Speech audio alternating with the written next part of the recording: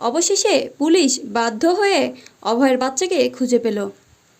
Hello viewers, কেমন আছো সবাই? আশা করি সবাই অনেক ভালো আছো। আজকে আবারও চলে আসলাম তোমাদের মাঝে তোমাদের প্রাণপ্রিয় নাটক ভাগ্যরেখা নাটকের 212তম পর্ব নিয়ে। তো ভিউয়ার্স, তোমরা যদি আমার চ্যানেলে নতুন দর্শক হয়ে থাকো তাহলে ভিডিওটি দেখার আগে একটা লাইক দিয়ে চ্যানেলটি অবশ্যই সাবস্ক্রাইব করো, কেননা ভাগ্যরেখা নাটকের নতুন নতুন পর্বের আপডেটগুলো আমাদের চ্যানেলেই সর্বপ্রথম দেওয়া হয়ে থাকে।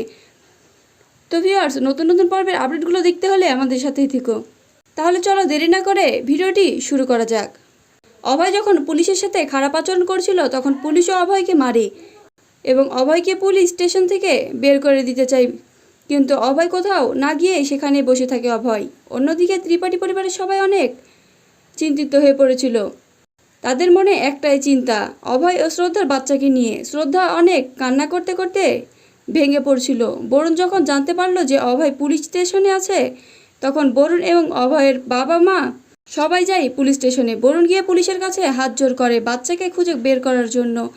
পুলিশ তো অভয়ের এমন আচরণ করার জন্য অনেক রেগে যায়। অবশেষে পুলিশকে অনেক বোঝায় বরুণের অনেক রিকোয়েস্টের পরে পুলিশ রাজি হয় অভয়ের বাচ্চাকে খুঁজে নিয়ে আনার জন্য। অন্যদিকে পায়েল এবং পায়েলের মা শ্রদ্ধার বাচ্চাকে নিয়ে অনেক ব্যস্ত হয়ে পড়েছিল। শ্রদ্ধার বাচ্চার কোনোভাবেই কান্না থামাতে পারছিল না পায়েল এবং পায়েলের মা। তখনই মনোহর বাচ্চার কান্না সহ্য না করতে পেরে মনোহর বাচ্চার কান্না থামানোর জন্য বাচ্চাকে ইঞ্জেকশন দেয়। তখন বাচ্চাটা আরও বেশি চিৎকার করে কান্না করতে শুরু করে।